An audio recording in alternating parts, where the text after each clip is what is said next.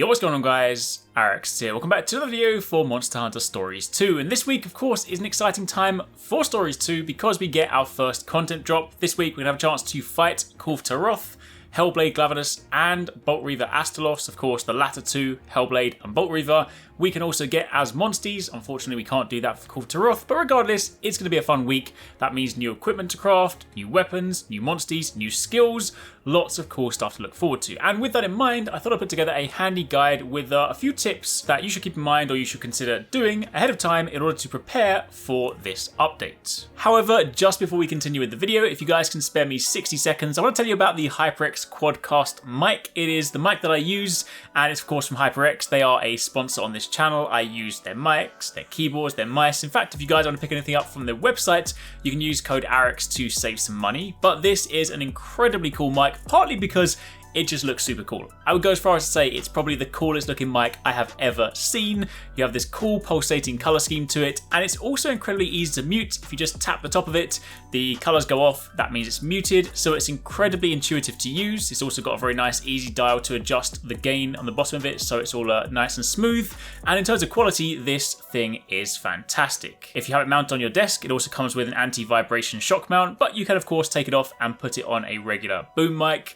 It has 4 selectable polar patterns. It has an internal pop filter. There's even a built-in headphone jack if you want to be able to monitor your audio, and of course it has multi-device compatibility across pretty much everything you use. This is what I use to record every single one of my videos, so when you're hearing my audio coming through crispy clear, this is the mic that I'm using. So if you guys are interested, make sure you check the link in the description box down below, but let's get back to the video. In number 1, of course, is bottle caps. I would highly recommend farming some bottle caps. Now, when you keep in mind, these are all going to be done as co-op expeditions. Obviously, you can do them solo if you want to, but they will be expeditions, which by extension will need tickets. Now, of course, you can always use the cheaper tickets, but as we already know, generally speaking, you get better results from the rarer tickets. So what I will say is to stockpile bottle caps, and the reason I say bottle caps and not tickets is because if this new quest is anything like the Palamute one, it might well require a different ticket. I would like to think that you can just use super rare tickets, that would be fantastic, but if they pull a curveball on us, which we of course don't know right now, they could well have like a Kulve Taroth super rare ticket, just like they had a Palamute super rare ticket. So if you then go and spend all your bottle caps on tickets that maybe this week end up being useless, that's going to be a waste. So I will say your best bet is to go and just stockpile bottle caps. Of course, you can only hold 999, but that is of course going to be a few tickets for you to buy. I would also imagine once you load in, there'll probably be a quest that you can do for free that'll give you a few tickets just to get you started, like they did with the Palamute.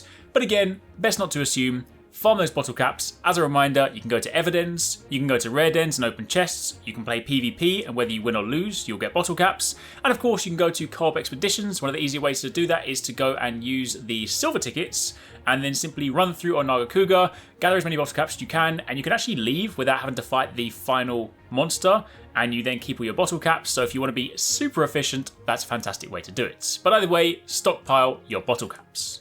Moving on from there to number 2, of course, stockpiling armor and weapon spheres. Now, I will say, obviously, by now, if you guys have been playing a lot, which I know a lot of you guys have, you're probably sitting on a boatload of these. However, that being said, with new monsties, there will of course be new gear. So Hellblade Glavenus armor, hopefully some weapons.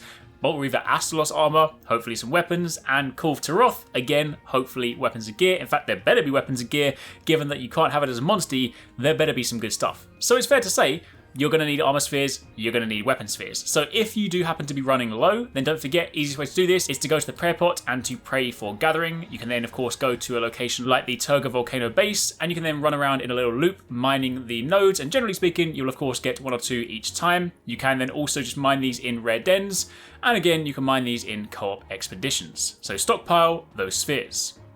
In number 3, you probably want to grab some monsties that you might want to use for genes. Now obviously there isn't necessarily an immediate rush for this, given that you could of course get them and then take your time, but it's fair to say that if you get something like Hellblade Glavenus, you're probably going to build a load of fire moves around it, and if you get Bolt Reaver Astalos, then you're going to want to be using some thunder moves. So a couple of examples might be getting some Teostras, so you have Supernova that you can put into Hellblade, and maybe getting some Basilgeast, so you can then put the Bombing Run move in, because those are some fantastic fire moves. Meanwhile, for Thunder, you might want to get Kirin for something like Plasma Pressure, which of course is a very potent move, or consider getting things like the Thunderlord Zenoga, so you can then take some abilities off of them. Again, you may well consider doing this a little bit later on. You might want to go for a mixed build and throw in some normal type moves, but generally speaking, if you want to get that full bingo bonus, you're probably going to be speccing into that element more heavily. So I would say maybe stockpiling a few of those ahead of time means that as soon as you get your Glavenus, as soon as you get your Astalos, you can then use the Rite of Channeling, pump a load of things into it, and already make it a beefy monster.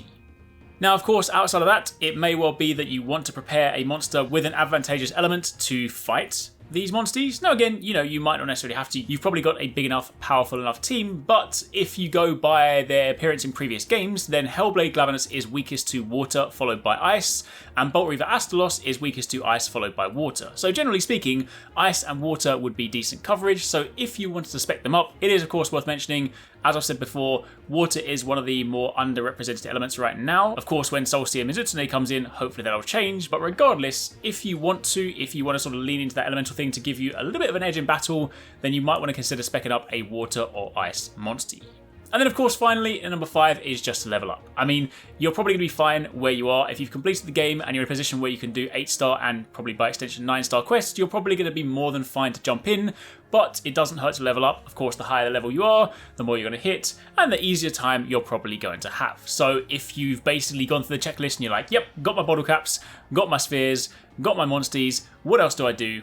Just grind it level up, because then when it drops, you'll be in the best position possible to take on those new challenges and come out victorious. So there you have it. That's a little rundown on a few things you might want to consider doing this week in preparation for the update. Again, do be sure to keep it locked. We'll have plenty of videos coming your way this week, but for the time being, thanks for watching.